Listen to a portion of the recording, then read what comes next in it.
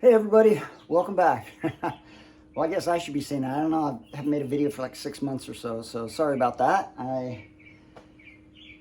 Summer hits and my wife and I had a wonderful opportunity to head out to Gunnison, Colorado, and we were out there, spent some time with some family friends, and it was just amazing. Spent some time with Fred and Betty Benson and Eric and Jackie Benson. They're like our second family there, and it was a wonderful, wonderful opportunity to spend with them. And just enjoy Gunnison, Colorado. If you've never been out there, it's a beautiful, beautiful place to be. A lot cooler than it is here in the Central Valley, that's for sure.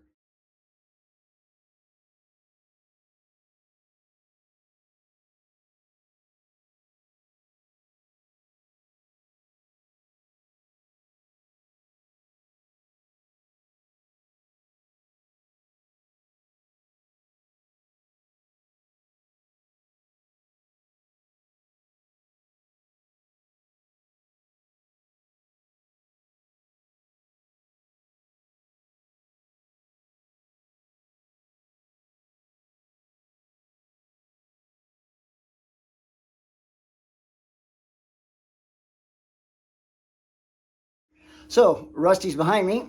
Got him for sale on Marketplace. And today I'm going to be working on Grandpa D. Only one person was interested in Rusty. I think I'm probably asking more than the market wants for him, but yeah, if nobody is interested, then I'll just hold on to him. I still have a really cool car. So, all right, so here we go. What am I going to be doing today? Today I am putting in a new dash pad into Grandpa D. I ordered the dash pad, probably 3-4 years ago, and painted it and got it all, or dyed it, I guess. I'll show you the stuff that I used. So got that going, and it's been sitting up in my attic for 3 or 4 years, so time to finally put it in. It's not super hot today, so we'll get out there and see what we can do. Here is the dash pad and the dye that I used. It's called Colorbond. I don't know if it's considered a dye or what, but anyway, watched a bunch of videos years ago and everybody seemed to swear by this stuff. And I painted this dash pad. I know it's been sitting up in the attic, but I painted it, like I said, a couple years back, and looks to be in really good shape. See one part right there, it looks like it might be cracking a little bit after sitting. But yeah, it looks really good, and it matches the color of the inside. I know right now it has a black dash pad, but I wanted something that would match the inside of the door panels. So, and the seat itself actually has the same kind of cream white color. So Colorbond, they have this, it's just a so Colorbond Prep Cleaner. It's 37, this is from LMC. I bought these from LMC, $37.83.99. And then they have this adhesion promoter, and that's $37.83.95. This is from LMC, and this was the color, the off-white that I'm using, and that is $37.83.80. And this is the actual dye itself. This is the adhesion promoter, and this is just the prep to clean it. So, like I said, this, or I think I said this, this originally came in black, the the dash pad itself.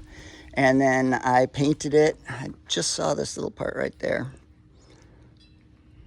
I have to see what I'm going to do about that. But yeah, so let's go ahead and put it in. I don't know if I think I'm going to put it in the way that it is. And if I want to come back, I can tape everything off and reshoot this, because I want to get it in today. I don't want to wait around. Sometimes I get that way. We start school in 2 days, so summer's just about done. And yeah. So let's get moving. I don't remember if I said that I bought the dash pad from Brothers Trucks. So the adhesion came from LMC. Brothers Trucks is where I got the dash pad from. And it is, let's see here, looks like it's number 430998. And it's 6772 Chevy truck GMC, dash pad, black, complete mounting hardware. Yeah, it has everything that you need. And yeah, so that's oh, here we go, 679200 dash, looks like BK under there. All right, so I couldn't handle putting something on it. I know I'm gonna have to take the whole dash apart and everything, take out the glove box, the interior side of the glove box, and all the other stuff. So I couldn't have something that was a little bit flaky. It just isn't the way I do things. So what I did was I used a red 3M Scotch-Brite, and I scuffed it all up. I used some of the surface prep from Colorbond. Now I'm going to use the promotion, what is this called? Cohesion promoter.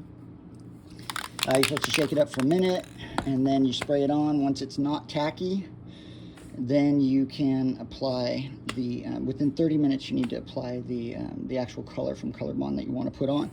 I'm going to do the whole thing. I'm just going to give the whole thing another coat. So I'm going to shoot this side, and then I'm going to go work on the truck, and then I'll come back, shoot the other side, and do that, I guess, a couple times, and then hopefully I've got the truck taken apart at that point that I can go ahead and put, this guy will be dry and ready to go. I do have a fan going. I'm in the garage, so it's not in direct sunlight.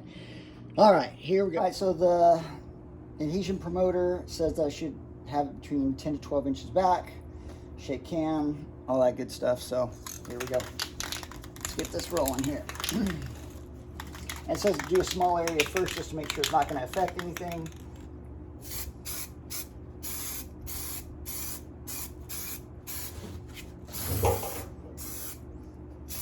I'm going to spray it on everything, the whole dash pad again, because I'm going to reshoot the dash pad. All right.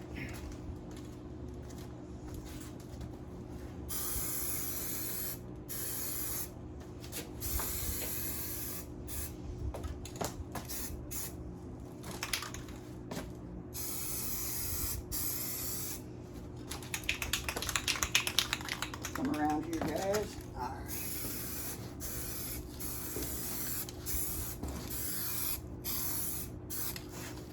right. Alrighty. Make sure to put it on that spot that I want to get. And then when I flip it over, after this isn't tacky, then what I'll do is I'll flip it over and shoot the other side. Once that's not tacky, well, we'll see. It has to, the color has to go on within 30 minutes of it drying. So I might just shoot this side with color and then do the other side. We'll have to see.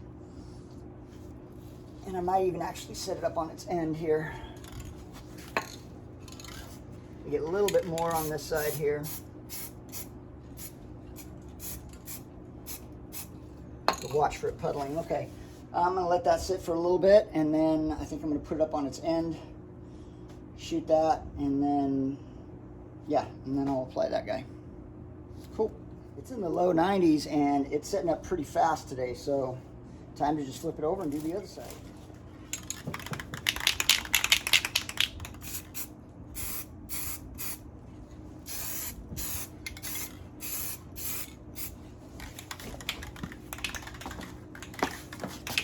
Let's see if I can get in here.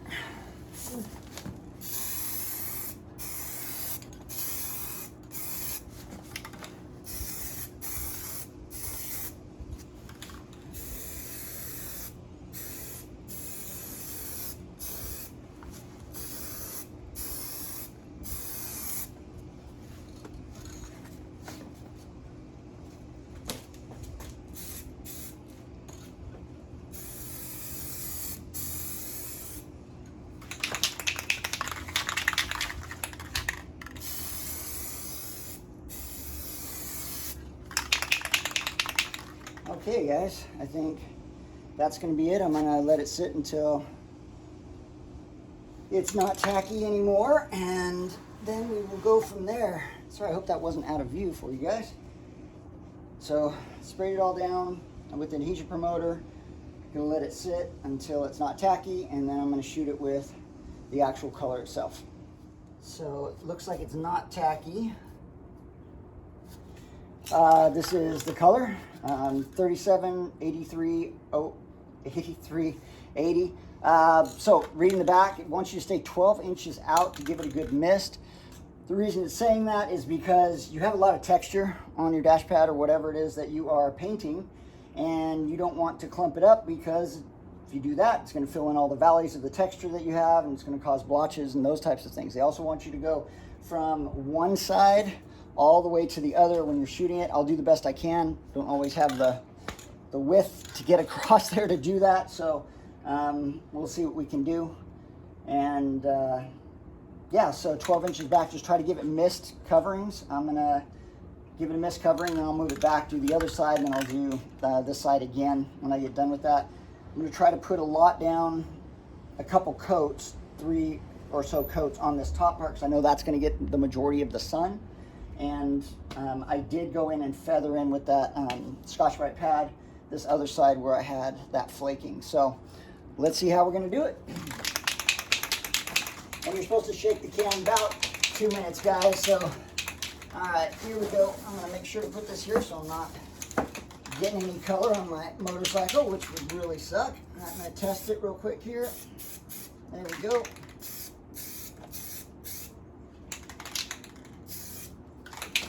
All right.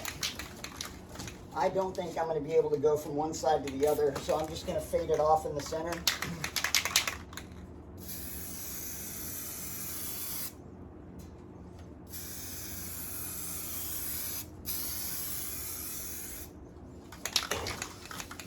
Try to keep myself back here. Give it a good mist coat.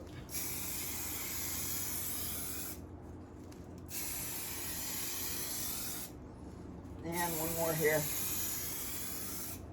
Okay, I don't think I have a lot of buildup. I'm gonna put a little bit more on this corner and feather it out.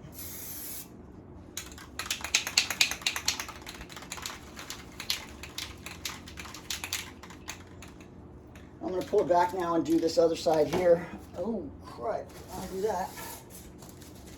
And then I'll pull it back and do this other side and then flip it around and do a couple more. I'll be back with you guys.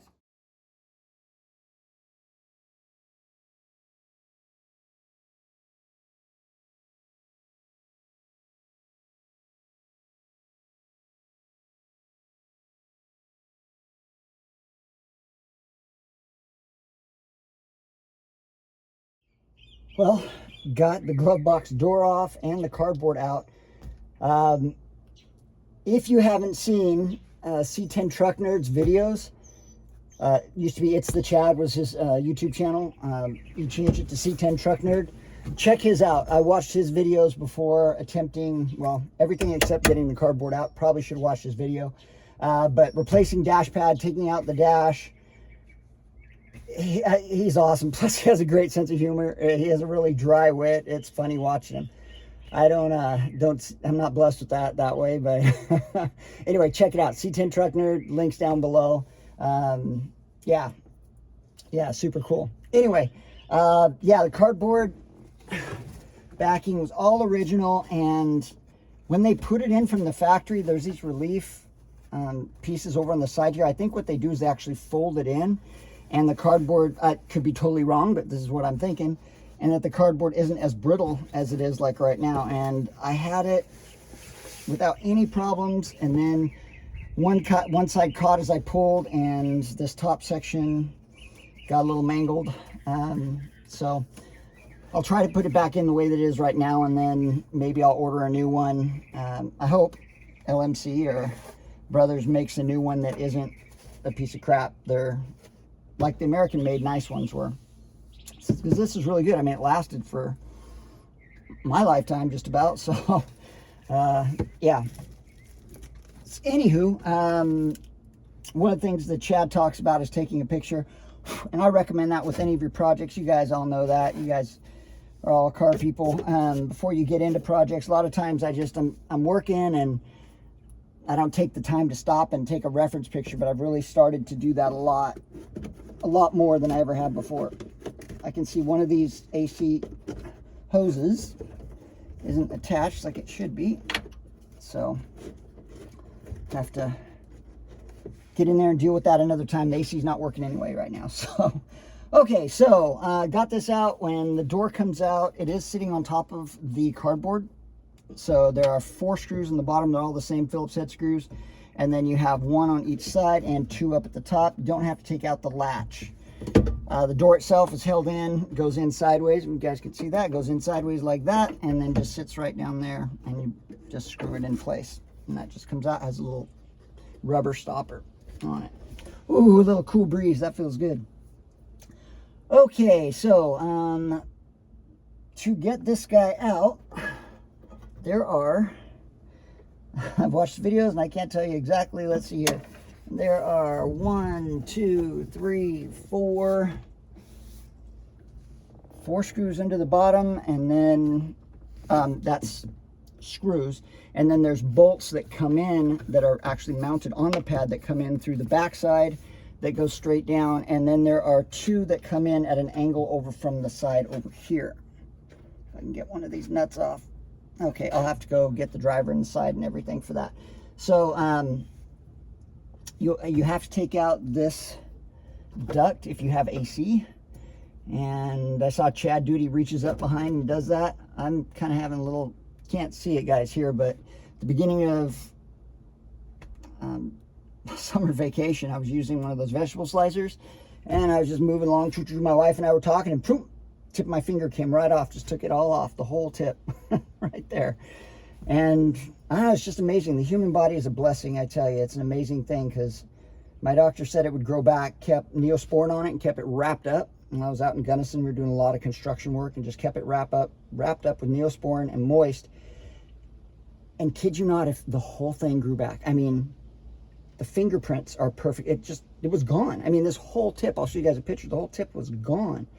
And that, at a molecular level, your body knows what to put where. It's amazing. The tissue, the muscle, the sinew, the nerve endings, the capillaries, they all just regenerated themselves, which is, blows me away. One of these days, we're going to figure out how to do that with limbs, because, I mean, if it can grow back the tip of your finger with the fingerprint and all the nerve endings and everything, then you got to be able to do it with, you know, with other parts. But anywho, so anyway, long story longer, I have to get down up here, and I have to loosen up the nuts on the back side of this guy to get him off, so that I can get this dash pad out. So, yeah, here we go.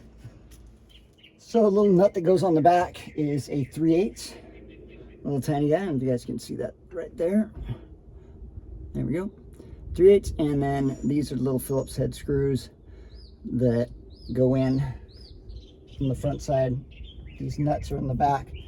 What was I gonna say? I don't remember. Yeah, so anyway, kind of hard to get back there. Like I said, this one is coming in at an angle, so you have to get back there, grab that out.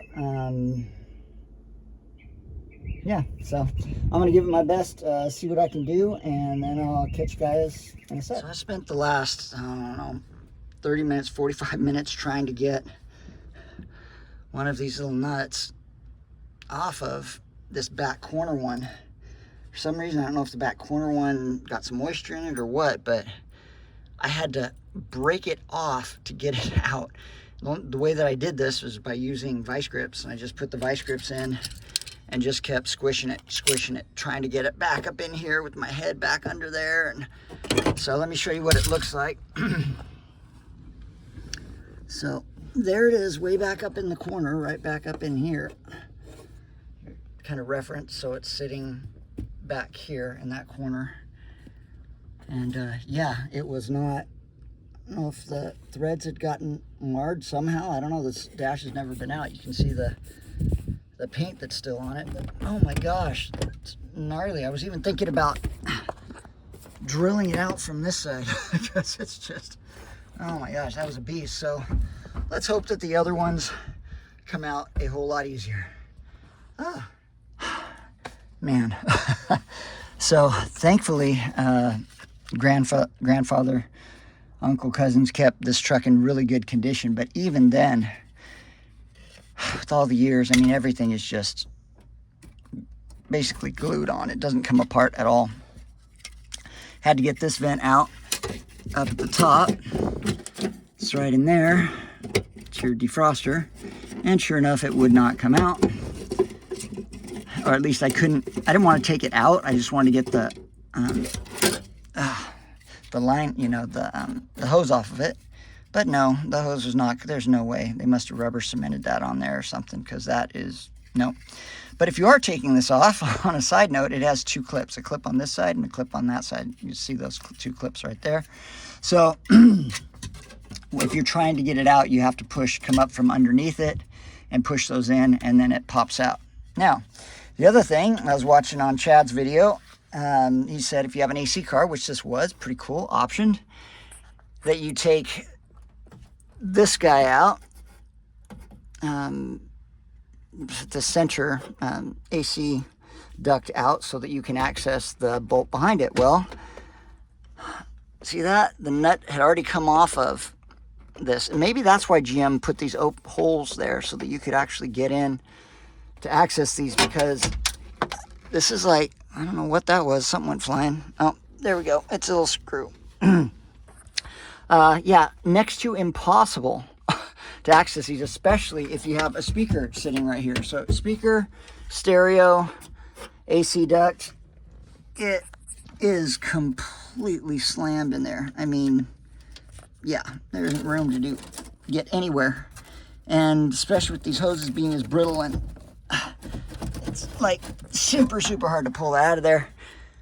But I was grateful that to pull this out, sorry, got that sideways. To pull this duct out, there's two nuts that go on the back side of it, and the nuts were already off. So I don't know if my grandpa or someone had gotten behind to do some work and they just got frustrated and didn't put them back on. But so yeah, it was really easy. I just pulled it right out. So, and this didn't have the nut on this one, so maybe at some point, I don't know, and way back when someone was doing work on stereo, or when they were doing the CB, and they just didn't want to deal with it, and so they didn't put that center part in, and that might be why it warped. Not sure. But so now I've got to get the gauge cluster out, and then there's a couple more bolts back behind there, or studs back behind there. I need to get this piece out, because I really want to put that on correctly. So I don't know, I have to figure out if I can get some of these hoses off. Man, they're so brittle and hard, and they don't move. At one point they were flexible, but not anymore. So yeah, I'm gonna have to buy new ones anyway, because I've had to rip that one, and then this one was already ripped down here. So maybe I just cut them out. That could be the case. I just might do that. All right. We are back. So if you want to replace the dash, just a little forewarning to let you know, I'm sure I'll probably do a little something at the beginning of the video on this. It's not easy. You have to take a lot of things apart to get to it. So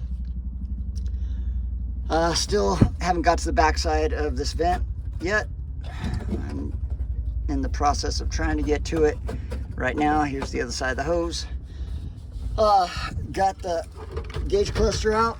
To get the gauge cluster out, you have two Phillips heads at the top and one on each side, plus two on the bottom. So 2, 4, 6 total Phillips head screws that go to hold that in. It says speed cluster made in USA. Pretty cool. All right, when you take it off, you're gonna have to take off the speedometer cable. It should just unscrew. I had to get in there. This has been on for a while. I had to get in with, anyway, little, can't even think. A little wrench, I had to get in there and undo it. What else? Oh, you have, if you do have one, it's the oil pressure gauge. So the oil pressure gauge, you have to use a 5/16 and use the 5/16. I had these little midget wrenches from Gear Wrench that it worked, but it started stripping out, so I had to get a vice grip in and pull it, because I didn't have any lined wrenches that were this small. 5/16, and then a 9/16 is the housing. Right, oops, right there, to get that off of there. Okay, so, and then the electrical just has two little prongs on it. Just push those in, pull it out. This is the cable that comes out of the steering column, And I think it goes into, I don't know if that looks like it's been cut off or if that's the way it's supposed to go. Maybe that's fiber optic. I don't know. I think it goes into this guy right here. I'm going to have to check with It's the Chad and see what Chad has to say about it. Okay, now I got to get this centerpiece out and the rest of the dash pad out. Hopefully that this corner one comes out a lot easier. I got to get around all this stuff to get to it. Yeah, it's gonna be fun. Okay, I'll let you know. It's off. That's pretty cool. 11/15/1971. But this is a 72, which is pretty cool. But I was born in 1970, so that's all pretty cool. Yeah, this is quite the job. I'd say the biggest pain in the butt thus far was this one wasn't coming out. You can see how it goes in more at a horizontal versus a vertical. And well, obviously the heater and AC ducts, these things freaking, the tubes are nuts. And this speaker, trying to get the vent in behind the speaker with the radio is, oh my gosh, drive me crazy. Anyway, so I lost one of the little screws, but I dug it out. I dug another one out. If you guys can see this, but in the back there, it attaches to the firewall in two places, and one of them was not attached, and there's a brace that goes from the speaker down to hold it down to the radio, the back of the radio, and there's just not enough room between the end of the speaker and the ducting work. It just is crazy. So, and I had to take out the, I believe that's the, here, let me show you guys. I actually don't remember, but I think, yeah, let's see here. Pull it out. I think it's windshield wipers, but I had to take out the motor.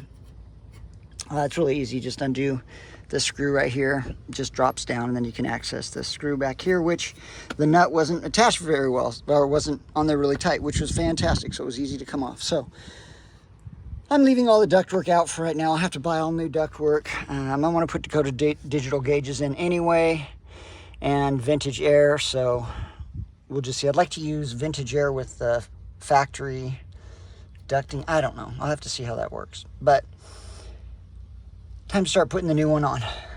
This is the lights. Now you have to take out the light switch piece right here. This is not the windshield wiper. This is the lights. Went and looked on it at it. It goes right in there. Pretty easy. Just unscrew that guy right there, and it comes right out. All right. Decided to go paint the heads of the screws that are going to go under the dash so that they match and they're not black. So got that done. Just waiting for those guys to dry, and I had one little touch up here that I forgot. I just hadn't turned it over, so I've got that, and then we'll put it back on. Everything's off, ready to go. Once I get the dash pad in, then I can start putting in the ducting, and I can finish putting the speaker back in. I'll order a new speaker too from LMC or Brothers that works. Hopefully it's a lot smaller and compact than they are now. And yeah, so just putting things back together now. We're getting there. Well, it's the next day, and I got hit by the since I now I should. So since I've done this, now I should do this. So I got the dash pad in. Let me show you guys what that looks like and all the other stuff. So dash pad has been installed. It's kind of a bear, let's be honest. Got this guy from Brothers years ago, and like I talked about, and got it painted and stuff, and fitting the bolts in, because these two bolts go in horizontally and these go in vertically, and I didn't want to, when I was trying to put it in, it started scraping against the actual metal and the paint on the dash. I know it's behind the dash pad, but I don't like scraping up the dash. So I was trying to do the best I could to get it in, and once I finally got all of them in, this center part right here, oops, got my finger right there, center part right here got caught on some of the threads, at least the the threads got caught on the middle dash and it wouldn't go down, so it left a little bump right there. And I put a towel over it, hit it with a rubber mallet to knock it down, everything I could. So that drives me nuts. So anyway, I've got a little bump right there. It's enough that you guys can see that irritates me. I think if I did this again, I wouldn't have painted it myself. I would have just bought the one from LMC that's already an off-white. But however, what I have is what I have right now. They're not that expensive, so if this does start bugging me, then I'll just go through the process of putting in another one. With the adhesive promotion that that Colorbond has, I would really make sure, if you guys are doing the Colorbond, make sure that you put a bunch of coats on of that adhesion promoter. You can see where right in here, I did paint the screws because I didn't want the screws to be black sitting in there, but right up underneath, like right here, you can see it flaked off when my screwdriver hit it. And I was turning with the screwdriver, and that just bugs. I might come back and paint that later. But all in all, it looks nice. Getting these screws in, I had to crank it down. So how would you do that? So I would say make sure before you put the fronts in, the front studs in, push the back in and make sure you seat the back in, and you aren't going to be able to get it all the way down because you've got to get the horizontal studs in, right, on each side. So put in as much as you can, then put the horizontal in, and then go back and make sure that you push down each one of these there's 4 or 5 of the studs down before you push in the horizontal ones. Just go back and really push. And these bottom screws are not going to align at all. It's actually going to be sitting way up high like this. Okay, so once you get these guys in, then get up under there with your meat hooks, and get the nuts on the back side, and then push in. Then do the back side, get the back side done first. You've got these studs in on the side, but they're temporarily put in, right? They're not pushed all the way in. Then it'll give you the leverage once you've got these backs put on to really push down and pull, because you're gonna have to push and pull to get this to seat down so that you can put the screws in the dash that actually go in the dash, these 4 screws that go in the dash to hold the bottom part on. Okay, long explanation. There we go. Got that. But at least now I really like the look, because from the factory, it had the tan door panels. It had the off-white. It had the off-white visors. Had the off-white and houndstooth seat. And it just bugged me that this wasn't off-white. It didn't match. It didn't make any sense. I didn't understand why it was black. So that's done now, which is nice. And this speaker is a pain in the butt to move, especially with the AC, to get the AC piece in the back. Let me go grab that real quick. Okay, so this is the AC bracket. And you can see when I was pulling it out, I scraped the heck out of it on the back of that speaker, which has been there since 1972. And the nuts on the back side of this guy are gone. And thankfully I was looking up how to reinstall a speaker, because now that I've got that done, I'm taking the speaker out completely, and I'm going to put in just a new speaker, one of the new modern ones. And I don't think it's going to be the same size from what I've seen on the LMC catalog. It's not that expensive, and the magnet on the bottom, that's what's hitting this guy when it's in there. That magnet, these 2 edges of the magnet right here are what's connecting and not allowing you to take this guy out. And the new one has different magnets and it has better cones and stuff, just better sound. With that being said, when I was looking online, looking on YouTube to find out how to replace this, I saw that Brothers Trucks actually has a upgraded version of this AC tube where one of the sides is cut off. I'll put a link to the video down below. Says that the reasoning between having one on each side, GM thought that it would give you more air, but it actually cancels itself out. So this new one just has one side, the passenger side that's coming from the AC box. So it blows a lot more air, they say. And it also gets rid of a tube, which I would be more than happy to get rid of a tube from behind there.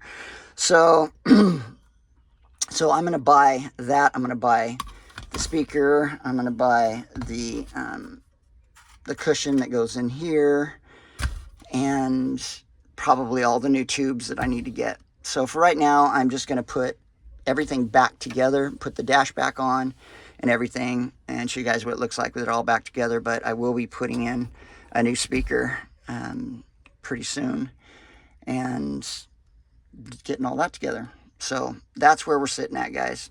So let me get at getting the speaker out and then putting everything back together. So guys, let me show you what it looks like in the back with the speaker. So the speaker attaches to the firewall with a bolt on each side of this bracket. Right back here, there's the back part of that bracket. And then it's held up by this brace, which is right here. And this brace goes back to the original stereo on the back side. So there's 2 screws that you have to take off. One for this front brace, and then 2 screws go into the back. Big sheet metal screws go into the back of the brace holding this to the firewall. So trying to get that out and then trying to pull this guy out is what I'm gonna do. So let me see if I can do that with you guys watching. If not, then I will try something else here. Here's that bottom screw I was talking about. There's the bottom. If you guys can even see that here. Let me turn the camera around here. Okay. So there it is. There's that screw for the brace right there. And then you can see the second brace that attaches to the firewall. So let me see if I can get this out with one hand here. Arrgh.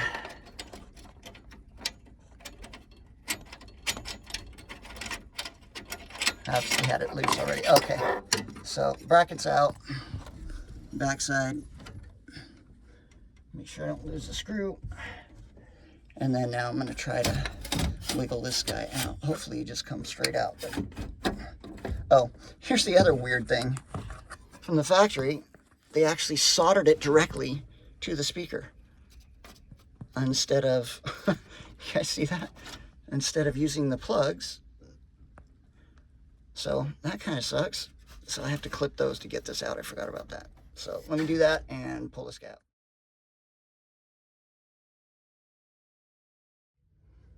Okay, speaker is out. There we go. I like this felt that they put on the top. It's pretty cool. A little bumper.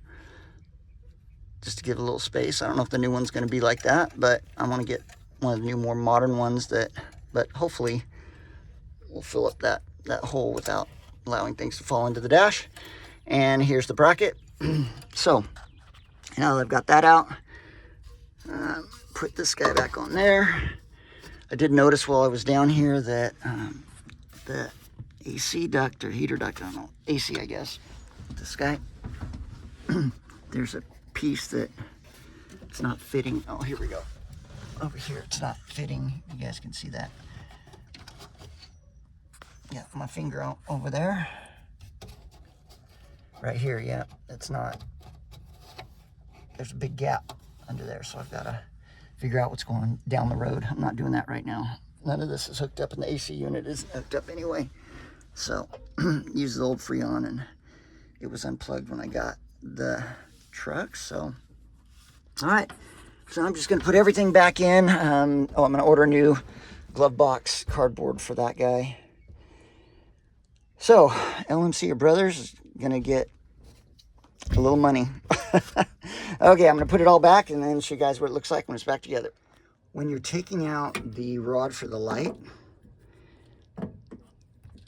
what you want to do is reach up under the dash, and right on top of this unit for the light, there's a little button right there. See that little button? And you just push that down, and that allows the rod to come out. Okay, so just showing you guys how to do that. Chad talks about it on his video, but just letting you guys know how, and there it goes. It fits right into that slot. The rod does. So just want to be able to push. I'm gonna have to put a little WD-4 on that. That guy's getting a little sticky, a little difficult to get out, but that's where it goes, and then this just goes right back up into that slot right there. All right. When you're putting this back together, under the dash there are 2 tabs. Okay, this is right over here towards where the lights are. There's a tab right under here that holds down electrical, and there is one. So if you haven't seen Chad's video yet, this is how you get these faces off for the lights and the wipers. Just take some needle nose pliers, put them into these 2 slots right here, and just loosen it or tighten it. And I've got mine tightened down. They're both tightened down, and I'm finishing everything up. The wiper switch on and off, just use a small flat blade screwdriver. It has a set screw that goes in the back, and that takes care of that. Remember, the lights just has that rod, you just push it in, and that's it pretty much. And I'll just button everything else up. Okay, when you're putting the cluster back in, things you need to be aware of. So first we have oil pressure sender right there.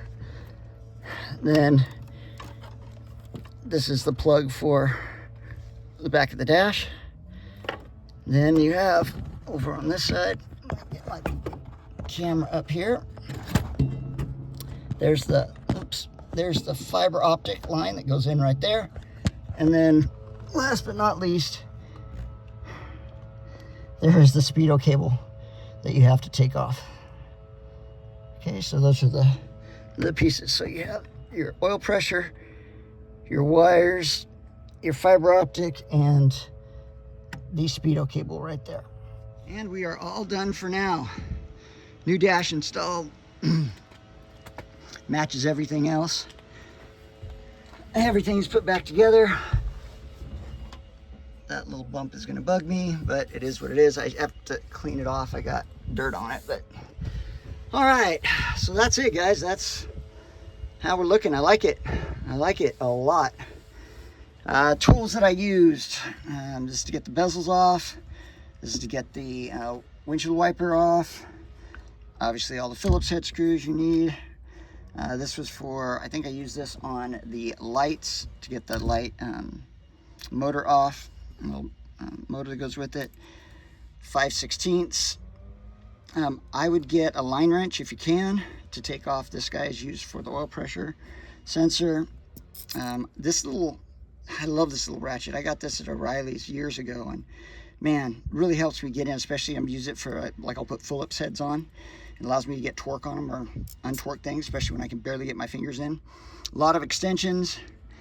So, and then the sockets that I mainly use were 3/8, and I think I used 7/16 at one time, but mainly 3/8 for all the nuts. So that's it, everybody.